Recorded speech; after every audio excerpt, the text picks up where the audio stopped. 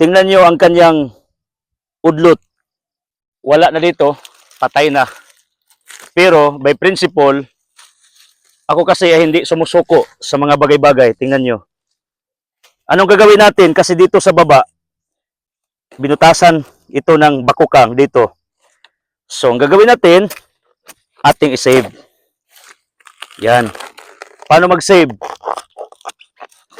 Ating hayaan itong udlot na ito'y makalabas. Yan. Ganyan. Subukan lang. Kasi ang buhay talaga, subukan lang talaga. Walang iba. Yun. Kita nyo? Ito. Ito'y palabasin natin. Ganito lang pag mayroong problema yung mga niyog nyo. Huwag mo nang putulin. Kasi itong ubod dito, pwede pa itong tutubo ulit. Kasi ako ay ayaw ko ng mga sagbot ba. Yan. Lagay natin ito sa paligid para pag ito'y malanta, mabulok, automatic ito'y maging fertilizer. Huwag sunugin, bawal. Yan. Dito tayo sa harapan ng ating resort doon, no? May mga rooms yan sa taas. So, ganito lang pag-save, ipalusot ni Muning udlot. Dito, maraming tanim, nakahilira, ba't iba? Tingnan nyo. Mayroon tayong mga bago dito kasi nga, sabi ko, yung iba, hindi nag-survive.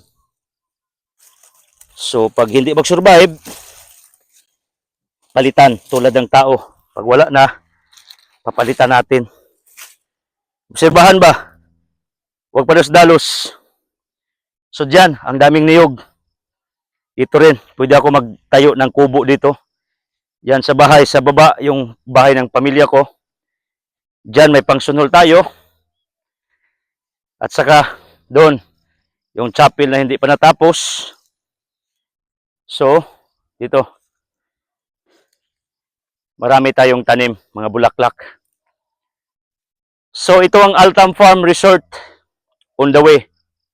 Pagdasal niyo, Virgen Galimiton, salamat po sa tulong ninyo at sa mga followers ko na hindi po sila nagsawa na ako'y tulungan sa ating ginagawa para hindi po tayo mahirapan. Itong lupa to, napakataba. Kaya tinamnan natin ito ng maraming niyog ngayon.